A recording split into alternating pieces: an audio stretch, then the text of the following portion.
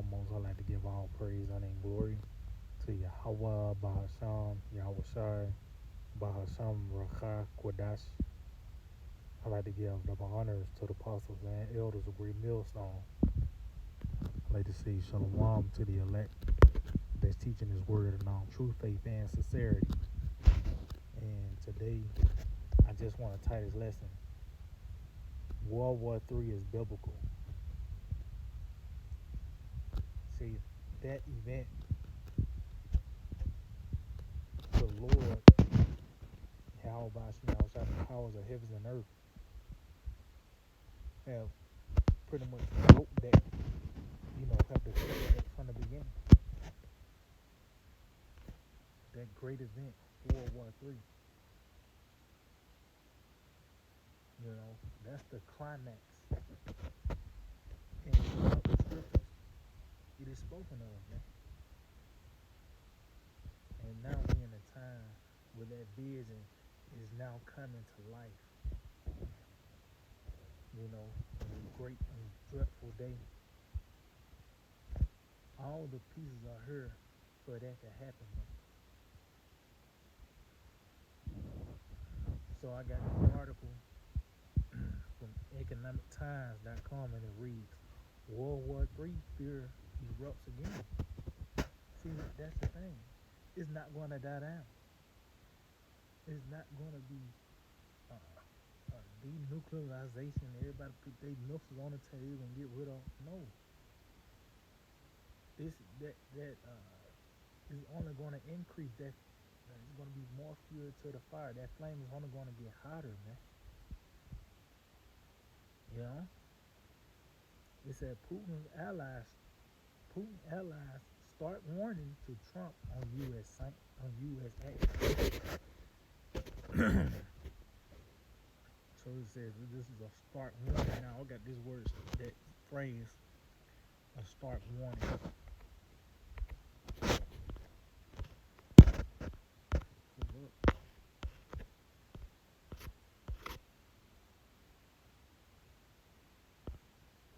Okay, that start warning, it says unpleasantly clear and obvious. So they let you know what's up, man. The time that we're in. We are in a time of war. Now, pretty much, this is concerning the escalation of the Ukraine situation. But hey, the Lord is stirring the kings of the earth up, man. Let's start off with this in the book of Proverbs. He's causing these kings of the earth to do what they do. It's 21, I believe. Yep. Proverbs 21:1. The king's heart is in the hand of the Lord, as the rivers of water. He turneth it whithersoever he will. So y'all by some outside working on the minds of these leaders, for this build up to this moment of World War III. You got a certain spirit on Putin and his allies. There's a certain spirit on America, her allies. But it's the Lord, Yahweh outside, that's controlling the matter. And it's going back. It's all a build up to World War III. That destruction. And it's not like these were just a whole bunch of random events and this is what we got today. No, it was the Lord that caused this, man. Going back, that's why it's biblical, because this is part of his will, for this to happen. Let me get some real quick. The book of Isaiah, chapter 9 and verse 5, it reads, for every battle of the warrior is with confused noise and garments rolled in blood. And that's how ancient war was fought. You got your shield. First you have to have your armor on, which you got to have your shield. You got your sword. You had to get up on your enemy, slay him. That's what caused the blood, to be on your garment. The confused noises be crying out, your war cry, or sword hitting the shield, or So that's how ancient wars played out. It says, but this, meaning this battle, shall be with burning and fuel of fire. And that's what else. When you think of World War III, is you think of that nuclear war. You think of missiles being shot. That's the end all be all. This is the war to end all war. As you can see, this war is gonna be with burning and fuel of fire because that's the main weapon, man. Even with this devil being in power, the sword himself, that sword transformed. It actually grew over time from a dagger, a spear, a bow and arrow, to the point you had cannons and elephant guns, muskets. You had the Gatling gun. Then it got to the point this nigga started to take flight. Read that Revelation 9 chapter. Go to them dog fighters, nigga made an airplane and put a weapon on it.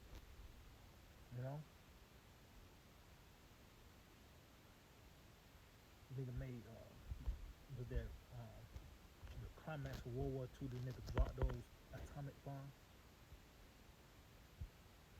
That ain't nothing compared to what we see today. Matter of fact, let's get that real quick. So this nigga got grown. So the sword have grown over time. I think I Joel. And one it says, blow ye the trumpet in Zion, and sound an alarm in my holy mountain.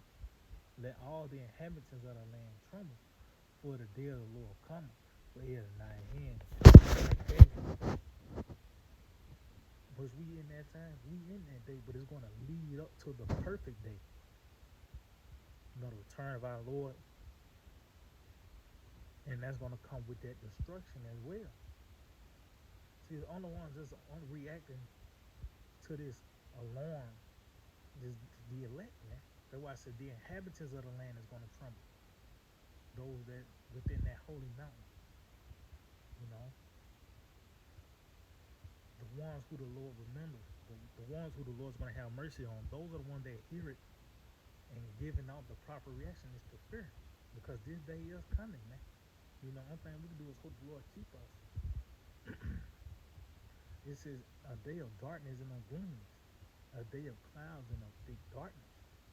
As the morning spread upon the mountains, a great people and a strong. And that great people is the weapons of Yahweh, the weapons of the nation, the military. Let's get some in Isaiah the 13th chapter. Because it's being personified as a great army. Isaiah 13:4, the noise of a multitude in the mountains, like as of a great people. A tumultuous noise of the kingdoms of nations gathered together. The Lord of hosts mustereth the hosts of the battle. See, going back to that point I made earlier, how Lord Yahweh is stirring this up, man. Having these kings, using Trump, these certain policies being passed as well, these other nations the wrong way, But it goes back to the Lord of hosts is mustering the hosts of the battle. But as you can see that noise, it says, like as of a great people. What's that talking about? The Gnosis, man. Verse 5 says, they come from a far country, from the end of heaven. Even the Lord and the weapons of his indignation to destroy the whole land. See, that whole land is America. So as you can see, that people, that great people, is the weapons of his indignation, man.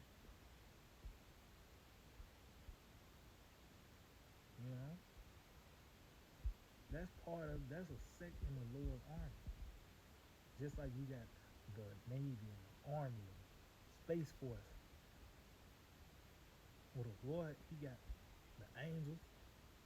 Of course, he got man, do his bidding, the animals that is disposal. Those are different sides of his army. Those missiles, man, that's part of the Lord's army, man. Of his weaponry, you know, that's within his army. So, going back to Joel 2, and 2 it says a day of darkness and of gloominess, a day of clouds and of thick darkness. As the morning spread upon the mountains, a great people and a strong, there have not ever been the like, neither shall be any more after it, even to the years of many generations. See? So that's going back, as I mentioned earlier, how those missiles you had, everything, it grew. This man, his weapon just grew. It became sharper. You know, you had those atomic bombs where you had to fly over your target to now you just hit a button. You know, address already on the missile. Let's get some real quick, because it's really the Lord gave Esau the technology to hurt himself, man.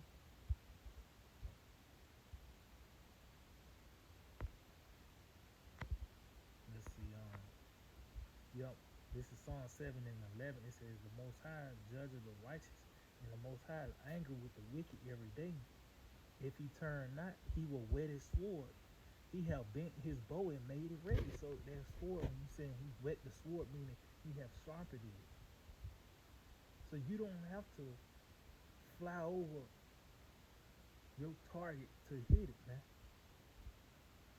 Those missiles are already got an address. The only thing they're gonna do is come out of silo or a damn submarine. Now they got them on trains. These different military vehicles is really ready, man. And what I say, he have bent his bow because those missiles they built with addresses already, man. They ain't gotta come up on the fly and put a coordinates in. So it's ready. It says he have also prepared for him the instruments of death. He ordained of his arrows against the persecutor. See? What else could they be talking about, man? See, this is not the old, the Bible days. You hear the Old Testament, you just go back automatically 2,500 years. No, man. You know what I mean? You automatically just think of the ancient world. No, this is alive and real, man. This is concerning now. This it makes more sense now. That bow and that arrow, you got the silos, you got the missiles, you got missiles ready at the they just ready for a green light. So that's that bow being bent and man being ready and being made ready, man. This is World War III. This is part of the intents and purposes of Yahweh Shai. Second, it's like Revelation 6. In verse 4 it reads, "And there went out another horse that was red." And who was that? That was the son of Esau. It was time for him to rule. You know? Oh, it talks about that in Ecclesiastes, the 3rd chapter. There's a time and season for every purpose under the heaven. So the Lord give these rulers, he set these rulers up for certain events to unfold. You know? The Lord, he set up Egypt. He set up Esau. It says, "And there went out another horse that was red, and power was given to him that sat thereon to take peace from the earth." See? So that was his purpose. And who gave him the power? Yahweh Shai. Talks about how the power of the earth is in the hand of the Lord. Satan didn't somehow sneak to get on the throne. No, the Lord allowed this man to rule and run his course. And as you can see, his purpose was to take peace from the earth. Going back to Ecclesiastes 3rd chapter, talks about a time of war. It had to be a certain ruler, a certain spirit to be empowered for that to play out in this fullness. Because of course war has always been here, but not at this high rate with the technology in use. So many ways to die. Everything's a weapon here. So what else could they be talking about? But this moment here, Esau being that red horse, it says in that they should kill one another. And there was given unto him a great sword. So it said they're going to kill one another. That's these world wars. And that climax is going to be World War III. It said, and it was given unto him a great sword. That's his blessing. We can read that in Genesis the 27th chapter. Who else was given that blessing of the sword? And we seen this man blessing is in his perfection now. This man, Lord gave this man the understanding to create a weapon of mass destruction. That was his blessing, the sword. That was the only way for him to live, for him to prosper, for him to stay alive. Was his weapon, man. For him to even grow, to take over where he at now.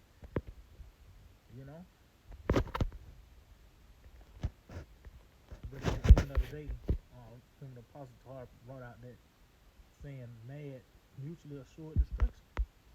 Because at the end of the day, the U.S. or Russia is not going to come out on top. All the Edomites, as well as these other nations, are going to fall, man.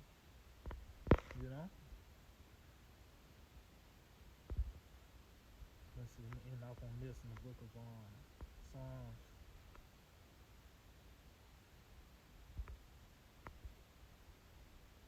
Bear with me. Yep, this is Psalms 37, verse 15. It says, their sword shall enter into their own heart, and their bows shall be broken. See? That's what's ultimately going to take place. This man, his very technology that he used to springboard himself on top. That very, you think about the fabulous 50s. The event that really brought that forth was him dropping them bombs on them Dukes, man. So ultimately this man, his weapon is going to be to his destruction. So this World War III, that's just really that's the diagnosis to the end of this kingdom. That's the fate. That's the terminal illness of this current world, World War III, which is biblical. So yeah, I can just hold this edifying. I'd like to give all praise, honor, and glory to Yahweh, Bahasham, Yahushai, Bahasham, Racha, Kodash. Double honors to the apostle and elders of the millstone. Shalom to the elect that teaching the word in all true faith and sincerity. Shalom.